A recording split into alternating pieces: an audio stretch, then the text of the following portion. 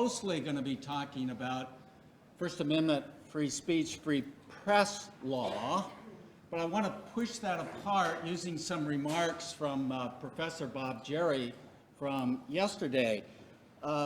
Universities have authority, although it doesn't come from the First Amendment, have authority to teach civility, debate, difficult conversations, being good, engaged listeners.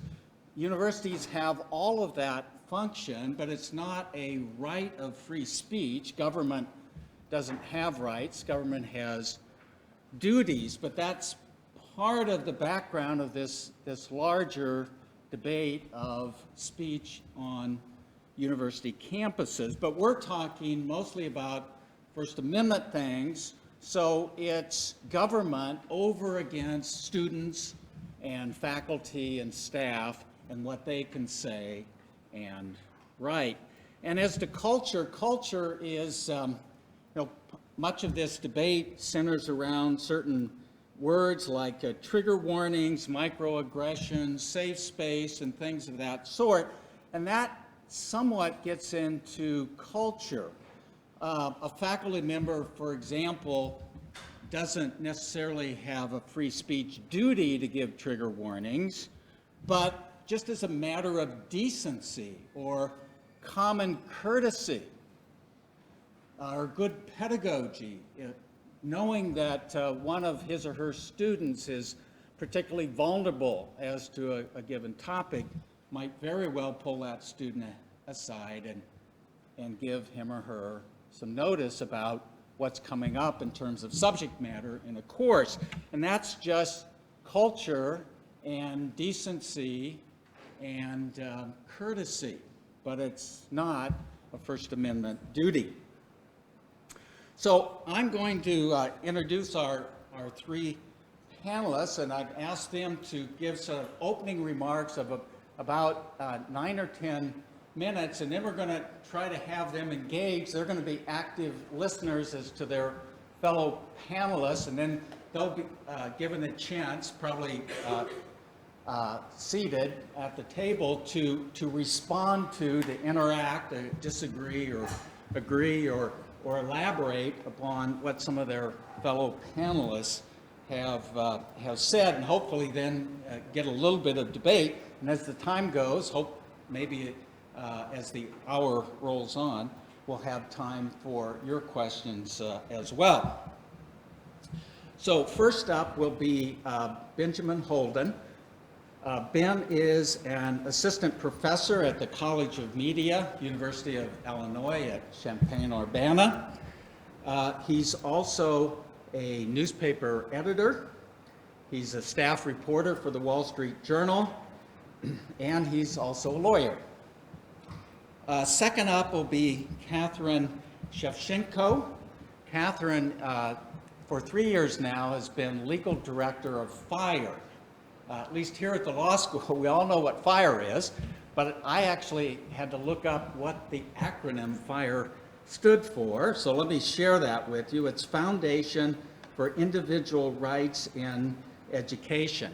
Catherine also is an adjunct professor at George Mason School of Law, where she co-teaches a course appropriately in freedom of speech, and she's formerly a foreign service officer with a number of postings overseas, so really interesting background there for Catherine. And third up will be Kristofferson Culmer.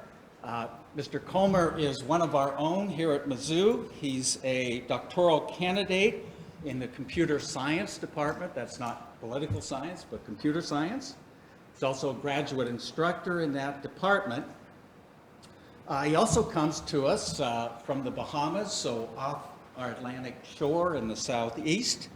And his national office is president and CEO of the National Association of Graduate Professional Students.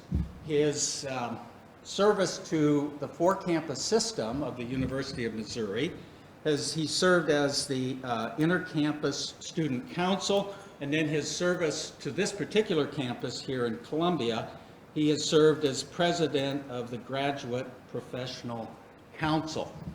So, Ben, you're first up.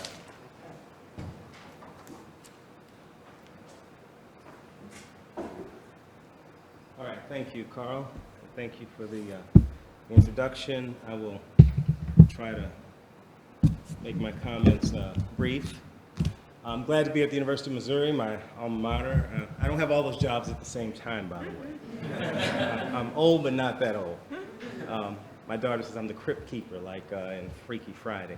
Okay, when should colleges and universities require safe spaces or trigger warnings? Separately, can they constitutionally do so at public universities where a professor might, as Melville's Bartleby, the scrivener, famously said, "I prefer not to"? What happens if the professor, under the order of the provost or the dean to give a trigger warning on certain circumstances, fails to do so? Does the student have a cause of action against the university?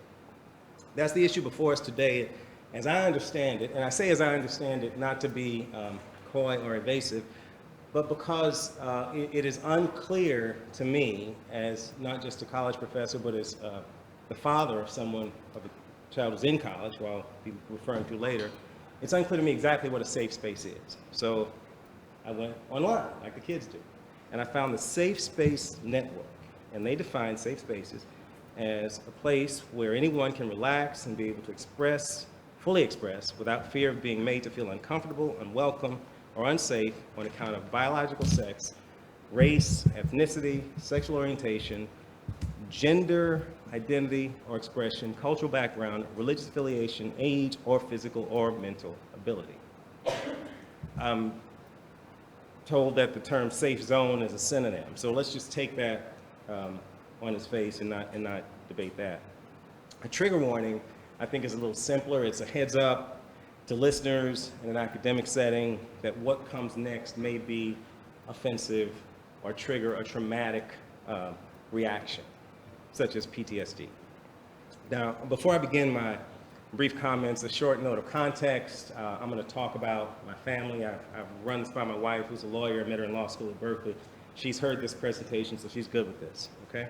My wife is a breast cancer survivor, and I have two brothers who were soldiers who served in the military, and a daughter who, as I mentioned, is not just a student, but she might be the most faux radical bourgeois black girl with a fake Beyonce weave you would ever meet. So she's a little different, but I love her so much, and I would walk over hot coals before I would hurt her or my wife or my brothers, but I want to talk about them in the context of trigger warnings. I would rather, before I'd hurt them, I'd rather like go to a Trump rally wearing a Black Lives Matters t-shirt. I just wouldn't want to hurt them. But if my wife were attending public college, I would not favor a mandatory trigger warning requiring her professor, in context, to alert her to the fact that he was about to speak about breast cancer. I think that would be an overreach on the part of the provost or the dean or the university president. It would be inappropriate, and it would just be bad policy, aside from the fact that it may not be constitutional in a public university. If my brothers were back in school, I would not expect, nor would I favor, a trigger warning as the professor prepared to deliver a lecture about PTSD, or even put up a short film that might upset one of them and trigger a traumatic experience, as long as the class is in context. Again, if it's a math class, if they're taking political science, computer science, and just sort of out of nowhere the professor comes up, then that professor is acting inappropriately, and I'll give you what I think might be a solution based on an experience I had here at Missouri many, many years ago.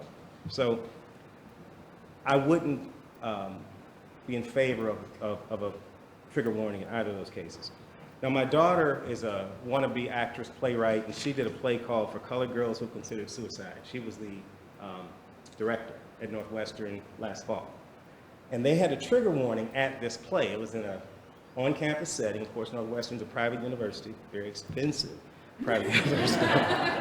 And they said there were rape and sexual violence episodes in the play, and they gave the trigger warning, and they said if you want to, you can go outside and kind of take care of yourself. That's the language they used. So my daughter believes, and she told me that that trigger warning should apply even if that play were in a pedagogical, in-school, instructional context. And I completely disagree.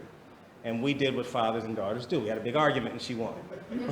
I pretended she won because I don't agree with her. And here is when that disagreement played itself out. A couple weeks later, she was in a race and society class, and for the first time in her life, she's 20, she was, without warning, shown a picture of a lynching. Black man hanging from a tree. I live in Georgia most of the time. I commute. And that sort of thing happened down there. She was mortified and angry and called me up pissed off. And I'm the daddy that would go talk to the teacher still. And she wanted me, I'm in Champaign, she's in Chicago. She wanted me to drive up and like cuss the guy out. I said, baby, I'm going to send him a thank you note. I'm going to send him a thank you note.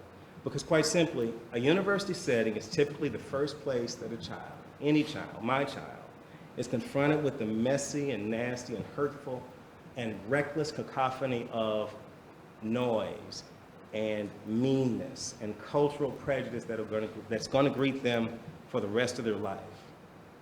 And their ability to manage this mess, in my view, is the primary determining factor for how successful or unsuccessful they will be for the rest of their life. And mama and daddy, and with respect, your therapist, is not going to be able to follow you around throughout your professional career. The photo of that little girl running down the street after a South Vietnamese napalm attack that stood us all at attention and had us all riveted, I think is less effective if somebody says to you, I'm about to show you something really, really effed up.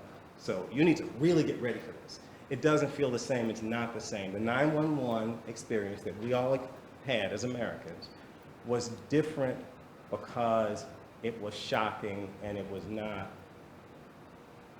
precipitated by a trigger warning or any kind of warm up to get ready to be surprised or to be shocked.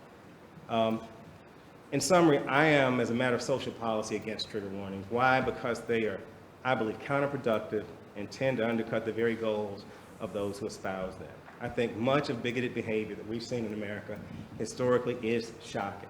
Americans, however, eventually slowly have changed their long-held social norms on race, culture, class, ethnicity, and now sexual orientation, largely because the shocking behavior of anti-equality bigots loses the game for them. In my view, hiding from the bigot is in his interest or her interest. The bigot loves separation. They love cold, dark, secret places away from the press. But you shine the light on him and see what he does. It may not be immediate, it may not be sudden, but the shocking light of free speech and free press and the free interchange of ideas over time doesn't just change most movements. It's usually the cornerstone of it. It's usually the thing that spurs folks to action.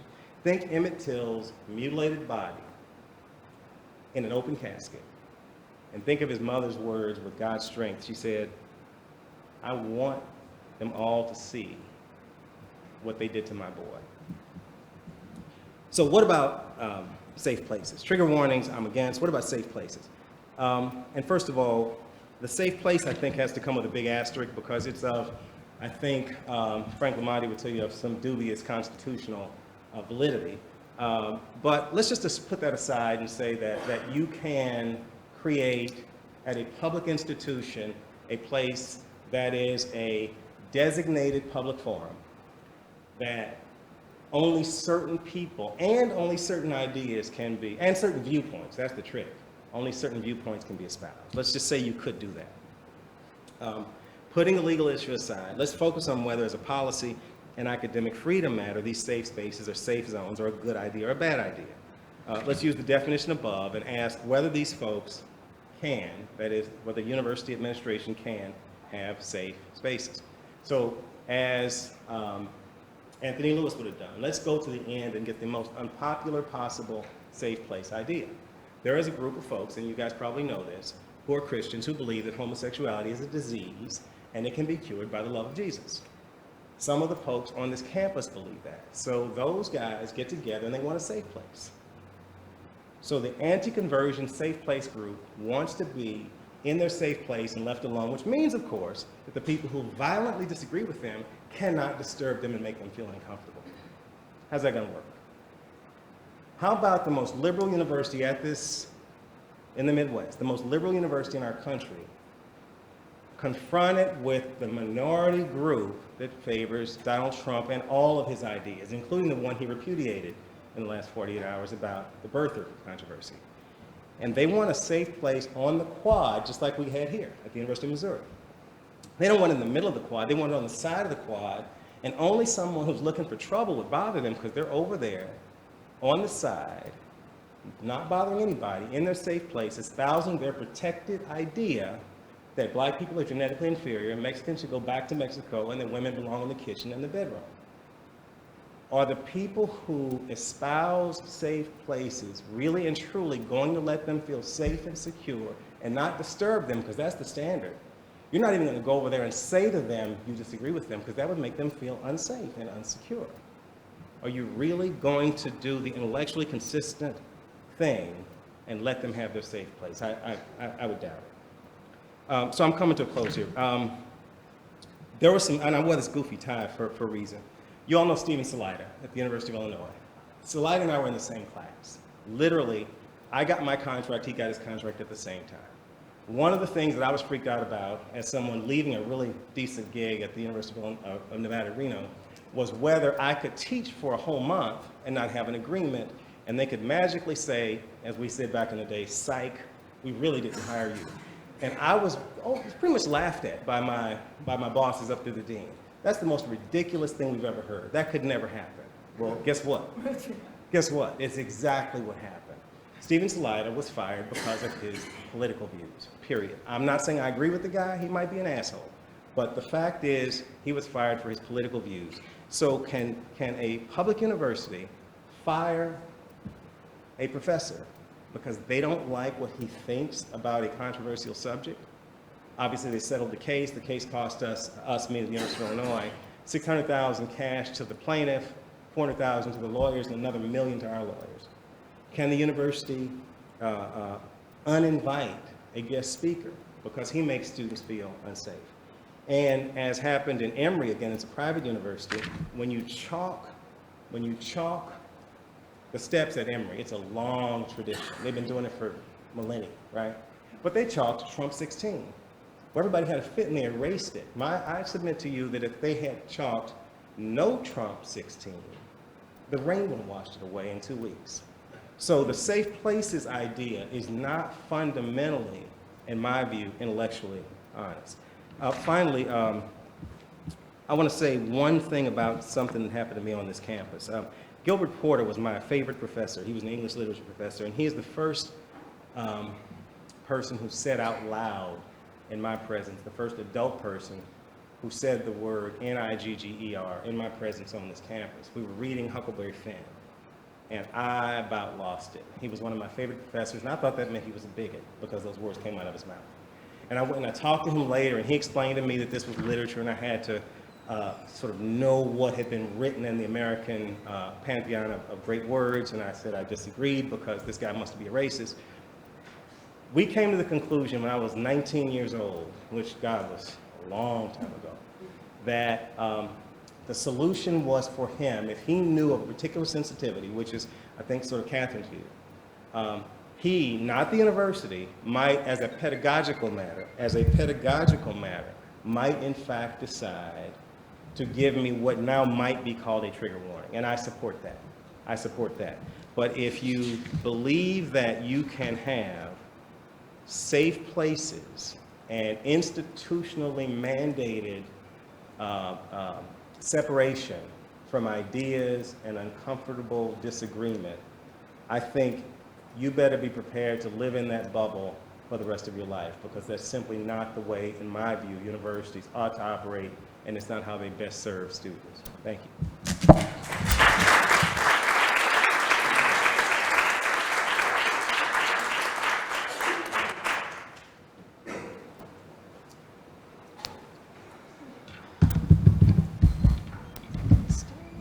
No. Okay, that was wonderful. Stole a bit of my thunder, but I shall carry on. I think maybe in terms of safe spaces, I would throw out one other idea, which is that safe spaces exist for all of us. We all have our safe spaces, and that is wonderful. I started Yale University 10 years after coeducation. And if you want to see some people that were really unhappy about losing their safe space, it was Yale alums who for 200 years had had an entire university as a safe space until, you know, the pushy women got involved, and then it was all downhill from there. So the problem comes when I'm in my safe space and you're in your safe space, and I decide that my safe space is more important or more valid than your safe space. And I try to impose the rules of mine on yours. And when that happens, what we basically have is censorship. And censorship on a college campus is never the answer. I cannot conceive of any circumstance where shutting somebody up is the right thing to do.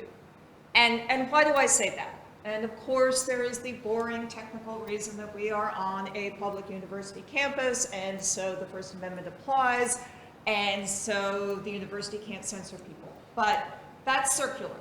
You know, the First Amendment says you can't censor people. Why can't you censor people? Because speech is good. Why is speech good? Because the First Amendment says it is.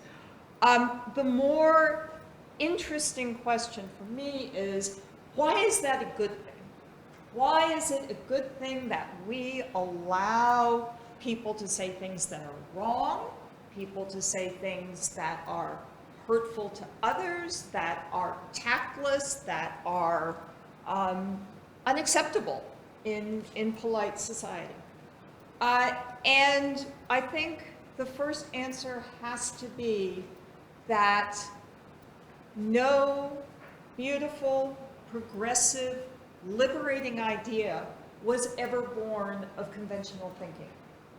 We put up with the garbage because in there might be the spark of an idea that turns into something that transforms society in a positive and meaningful way.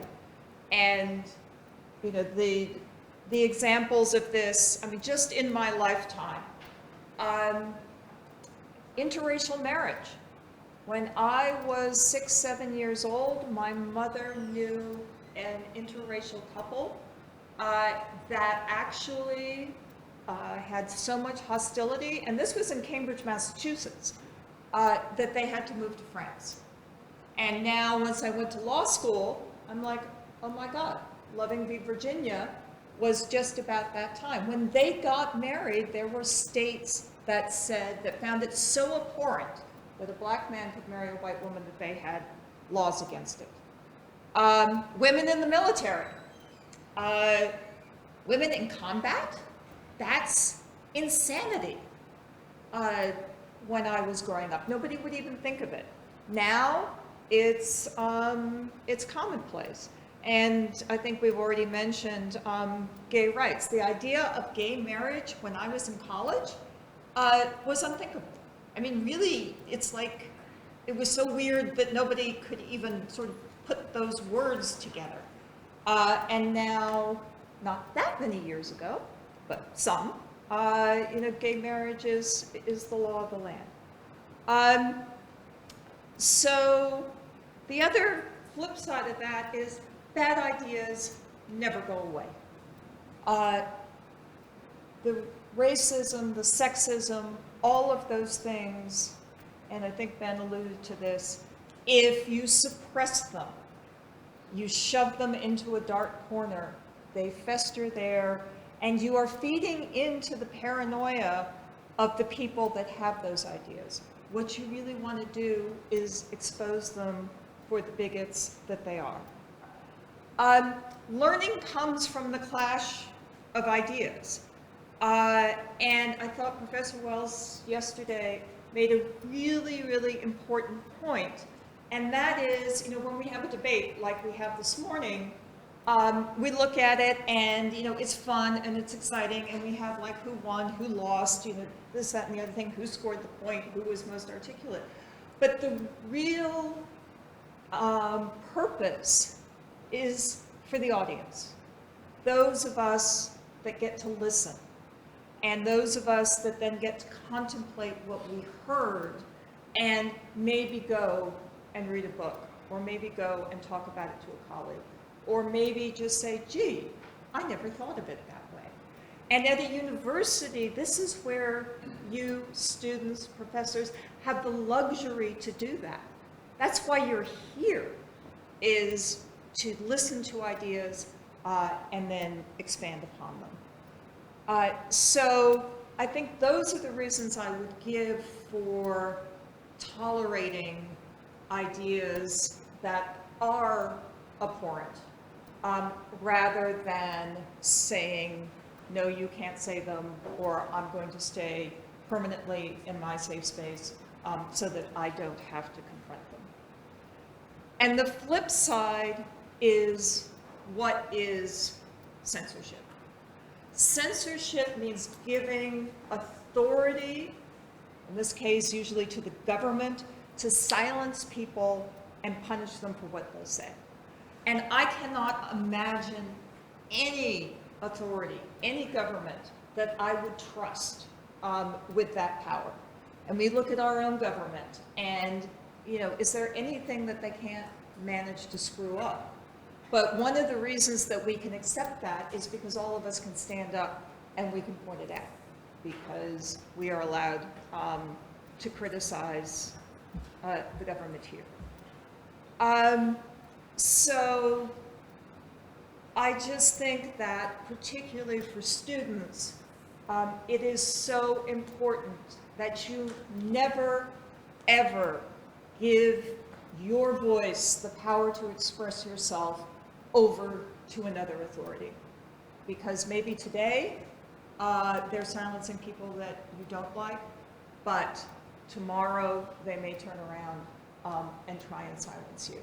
And since one's ability to express oneself is really the essence of who we are, I would never entrust someone else with the power to tell me when I can and cannot do that.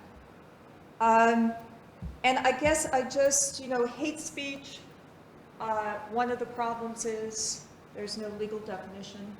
What I might consider hate speech, somebody else might consider acceptable, and vice versa. Again, you have the authority problem. Who gets to decide? But I think it's also important, crucially important, to recognize that just because we tolerate hate speech does not mean that it's acceptable. That does not mean that I, as a First Amendment advocate, when I hear the stories of what students have had to endure, comments that are made, African-American student shows up on the first day and the person says, oh, this is the honors class, you probably want to be down the hall, when of course she obviously has earned her way into the honors class. That's a problem that we absolutely have to deal with and have to acknowledge. And that's where the dialogue comes. But censoring that, coming up with rules to try and prevent it, is just going to further put us into our divided camps, and we're never going to be able to have the dialogue that we have to have, that Sally Cohn was mentioning this morning, of how do you deal with this ghost discrimination?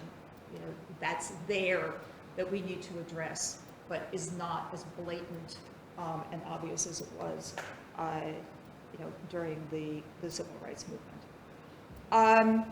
And of course, the other thing about hate speech is, if someone makes you uncomfortable because they have said something hateful, well, make them uncomfortable right back. You know, you can push back, tell them why it's wrong, shut them down, and I will say that the students who dealt with, or were discussing with Nicholas Christakis at Yale, and there's some new videos that come up, they were fabulous in telling him exactly what he had done to hurt them, and insist that he be, that he hold himself accountable for what he had done and what he said. And that's free speech too. You know, it is not just someone gets to be an asshole, but the rest of us not only get to call them out for it, but have a responsibility to call them out for it, to use our voice to push back. So I thought I would just end. I hope I haven't been rambling on too long. Last week, Greg Lukianoff, the president of FIRE, had the amazing honor of meeting John Lewis, and who, of course, is a great champion of free speech and protest. And I went back, and John Lewis had gave a talk on the 50th anniversary of the March in Washington. And in it, he says that all people, even those that are hateful, that are violent, have what he called the spark of the divine. And he went on to say, and no person had the right to scar or destroy that spark. Martin Luther King Jr. taught us the way of peace, the way of love, the way of nonviolence. He taught us to have the power to forgive, the capacity to be reconciled. He taught us to stand up, to speak out, and to find a way to get in the way. And to me, that is what a university is for, and I hope every student here and every student on every other college, including my own children, devotes themselves to finding a way to get in the way. Thank you.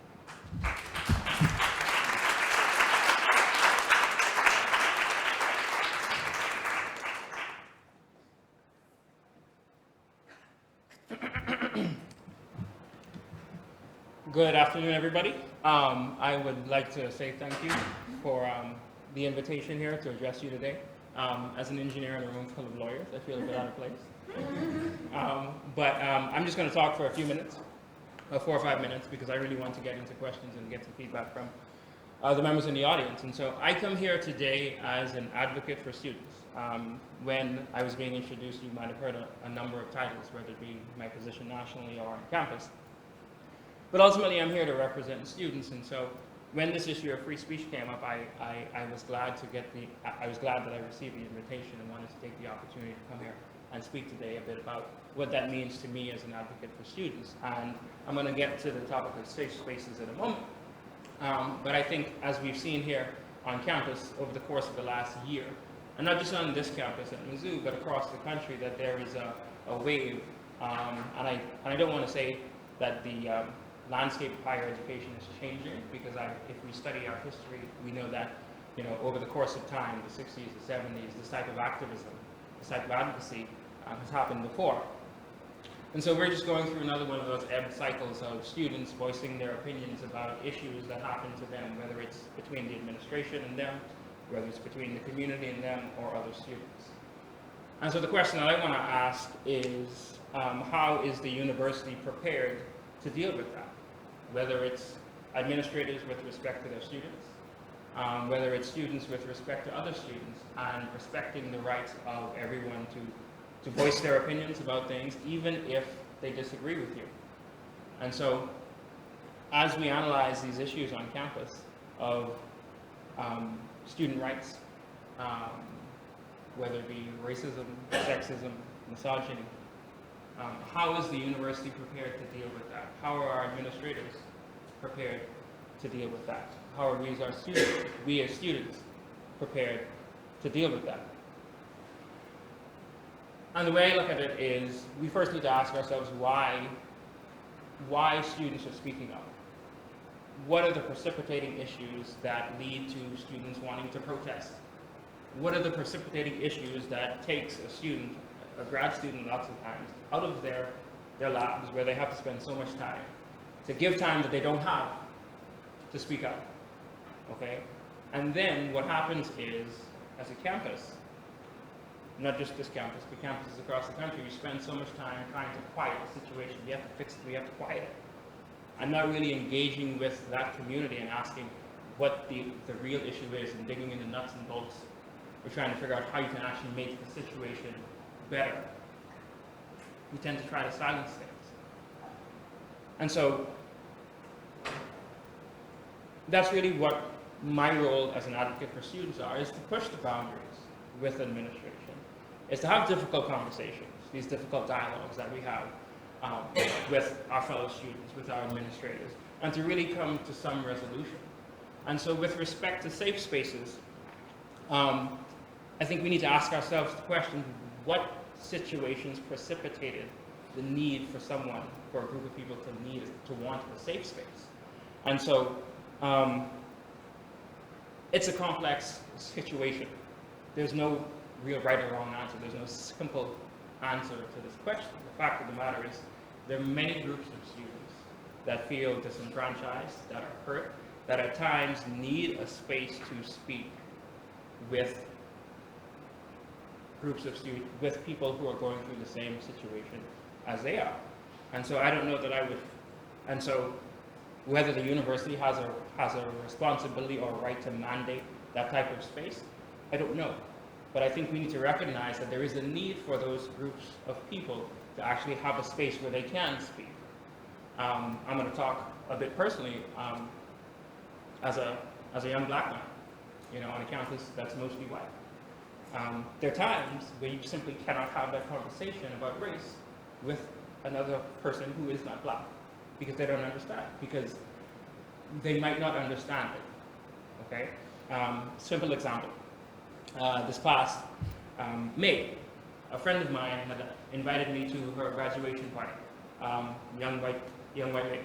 So I show up, and I'm at this venue, and like normal, I'm the only black guy in the room, no problem, okay? And so a few minutes later, a friend of hers said, let's take a picture of everybody, I want to document this. And so I'm standing towards the back, and an aunt of hers spins around, and she sees me, and she says, no, stop trying to bomb the picture, get up. You're not supposed to be here, right? Now, I'd been there for 15 minutes. I'd spoken to my friend. I was speaking with people in that group, but her aunt turns around, she sees me, and she says, you're not supposed to be here. Now, think about that. If I were to tell you that story in just after it happened and said, hey, this is what happened to me, her aunt thought I was bombing the photo, you might think, what's the big deal?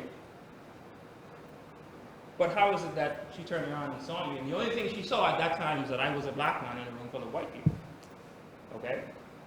And my friend apologized and said, I didn't think anything of it, but the reality is, when you really look at that situation, how then can I explain that to somebody?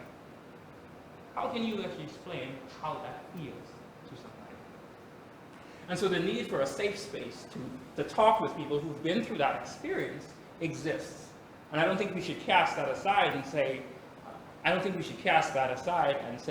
well, there shouldn't be safe spaces, or the need for education and whatnot. I think in those situations, you have to deal with the person. and that issue that they're going through. And so the need for safe spaces, is there a need for safe spaces? I would say yes. Can the university, can the institution mandate that those safe spaces actually occur, and how you police that? That, I don't know. But that leads to a larger question about, in our university communities, where we say we're family, we're one Mizzou, where we bleed black and gold, and any other campus, they might bleed orange and blue from Illinois. We all need to take into consideration that we are a family of many different stripes, whether it's male, female, American, non-American, engineers, lawyers, whomever that might be. And that these complex situations do exist, then we need to engage in robust conversations. One of the things a friend of mine would always say is the best thing you could do for a stupid person is give them a microphone and a platform. You want to expose their stupidity, okay? You want to shed light on those bad ideas, like I just said. And so oftentimes on campuses, we, like I said earlier, we tend to want to muffle. We tend to want to fix it and stop it. But ultimately, what I think we need to do is we need to engage with people, and we need to really get into the nuts and bolts of why situations exist. So thank you. I look forward to your questions.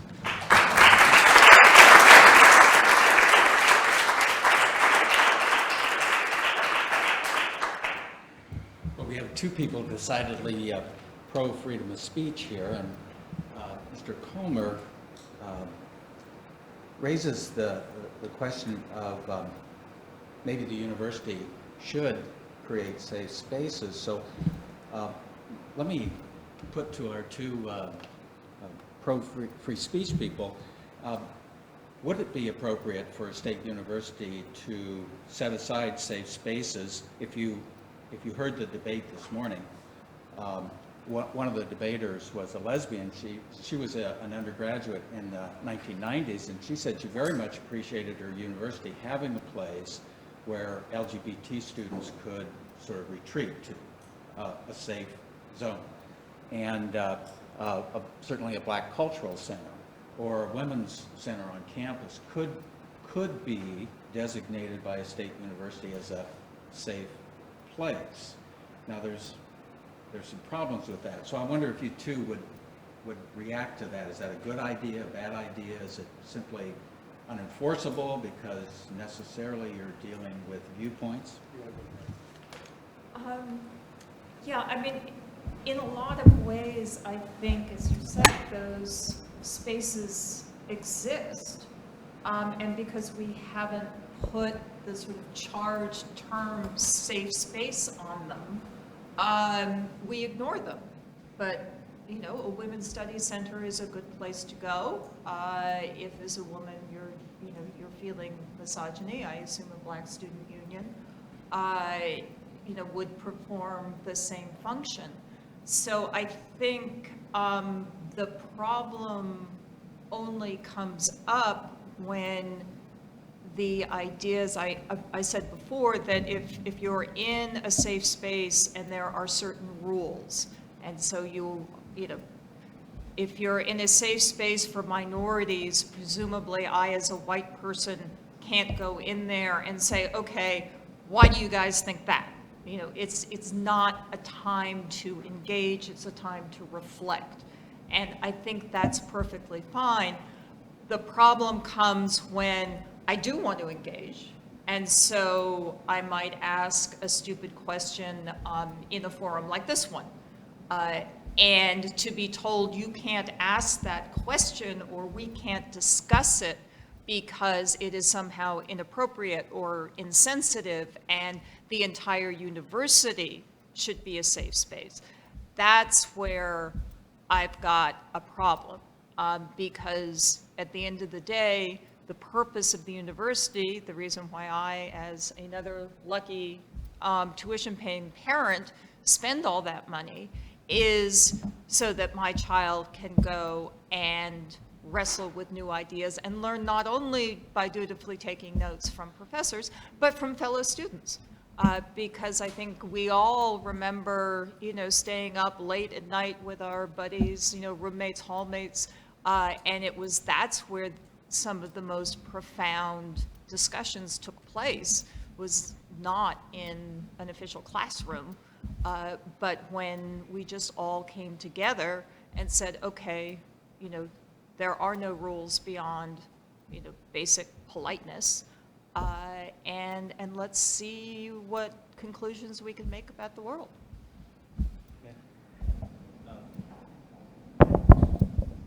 First of all, I wish I had met this young man before. I would have really enjoyed it, and we still can talk. I was at this campus from 1981 to 1985.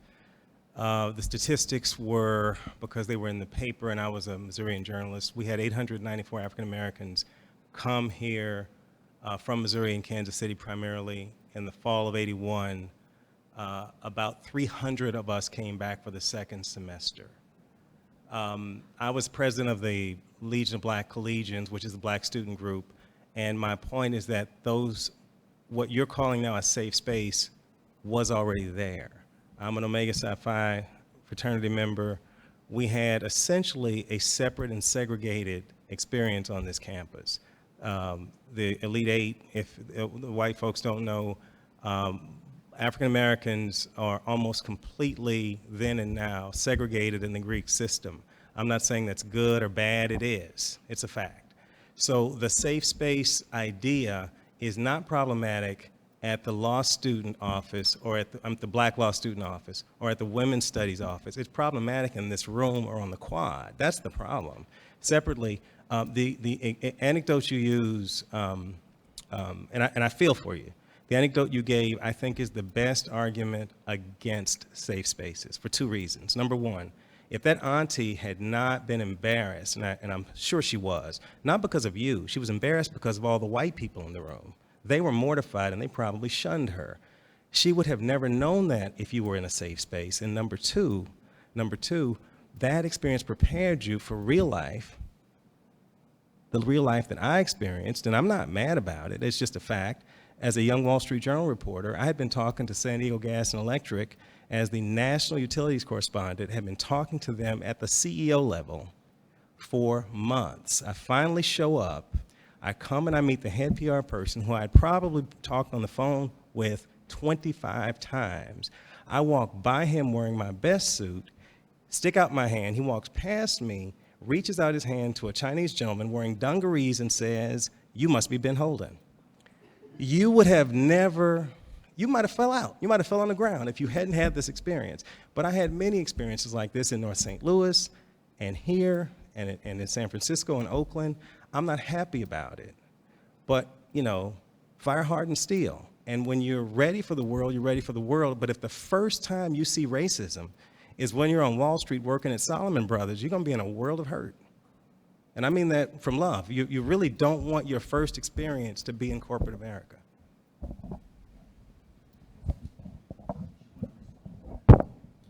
Just shortly, yeah. In terms of, I don't think the university writ large, in general, should be a safe space. I agree with you that this university is a place where you exchange ideas, you exchange discourse about things that you may agree or disagree with, because that's how you learn. But ultimately, my point was that there's a need for, and as you said, there's the Legion of Black Collegians, there's other organizations like that, where students of similar backgrounds have the opportunity to heal, to get therapy, or if you want to use those terms. But that there is a need for that type of space, on campuses, which is what my point was. How about you out there? Do you have a question? Yeah, right here.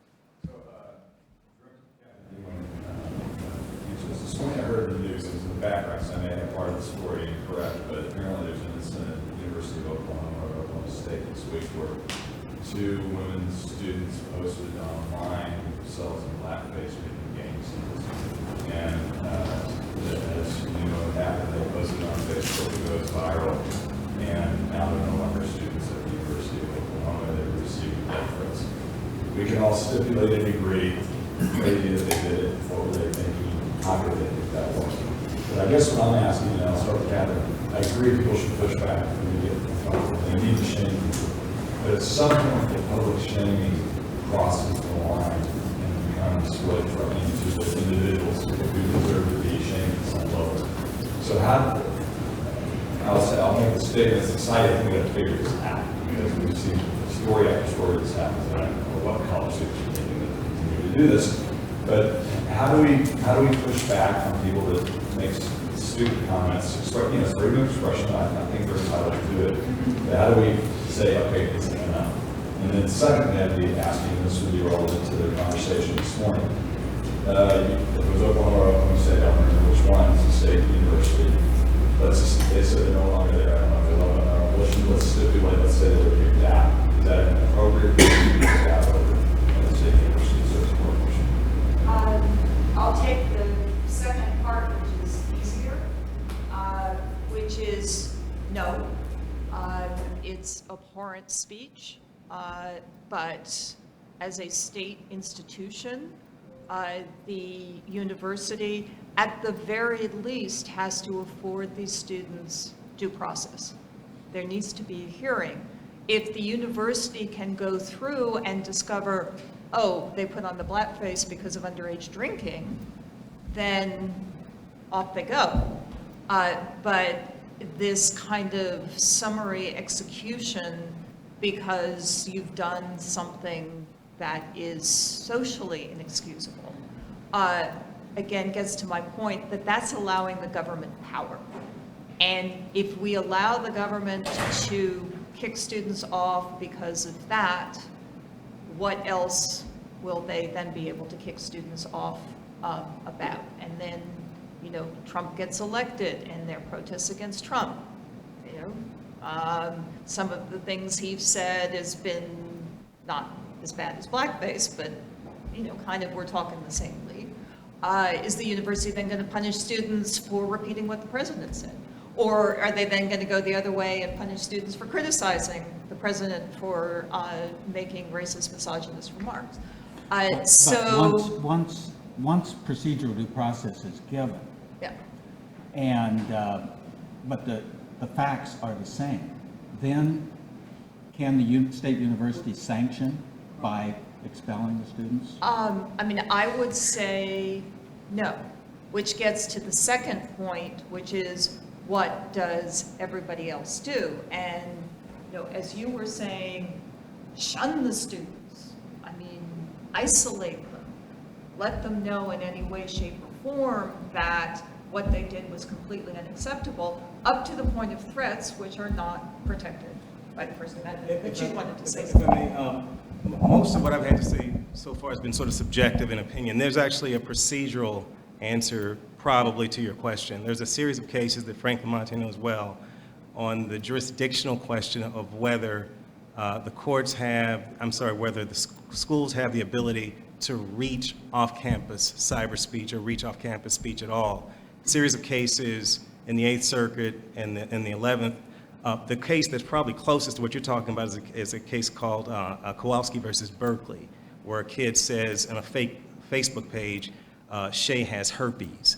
And the court found, I believe maybe it's the 8th Circuit, that in fact there is jurisdiction. So before you get to the substantive issues, there's an argument that the plaintiff would make, that those young ladies would make, notwithstanding their bad behavior, that the school has no jurisdiction. It doesn't matter what they did. The school cannot reach their behavior no matter what. And that argument, that issue has not been settled by the Supreme Court. All of the litigation that I know of is at the high school, primary, secondary level, but there's an argument that it would extend to the college level. So the Supreme Court's silent on it, but they could theoretically, if challenged, lose. That is, the school loses because they have no jurisdiction at all over the behavior because it's off-campus speech and beyond their reach. Yeah, additional questions? Yes, please. It seems to me that maybe one of you will disagree, but we have a fair number of laws and legal rights in place that address most of these issues fairly well. The concept of a public forum or a public space seems pretty well established. The last year we ended up having some of the disputes that even went viral with the students. or that they went out and claimed a safe space in a sense in a place that was historically a public forum. And they didn't really have any, as I understand it, I could be wrong, but didn't have any permission from the owner of that property, i.e. the university, to set that up. That ended up being something that was very caused a lot of conflict, particularly my wife is on the faculty of the School of Journalism. The journalists were very upset about that. You're in a public space and you're claiming that we all have to leave. On the other hand, what you're talking about, that there can be safe spaces, I mean, if the university says that we're going to allow a particular group to meet in this room at a particular time, and somebody comes in who's not a member of that group and not welcome, at that point, aren't we really talking about trespass? That somebody is doing something that they don't have permission to do on property controlled by another. I mean, do you see any need to change any of these in terms of the laws that are currently in place? No. I mean, there is certainly a difference between outdoor space, the park from time immemorial, public forum, indoor spaces, and universities clearly can control their property. They all have procedures for reserving rooms, reserving space for particular events. I think the problems come up when, as you were saying, the university, whatever university decides they want to fix a problem, and that dispute or tension is somehow a problem that then needs to be glossed over or put down, so that then you start having a room reservation service where you have to tell an administrator what you want to talk about, or you have to register 3 weeks in advance so that there's no way to react to current events. That's where we at FIRE anyway start raising a whole lot of red flags, because that is clearly not content neutral. That is the university putting its thumb on the scales of whatever particular viewpoint it either thinks is too dangerous to discuss or wants to promote.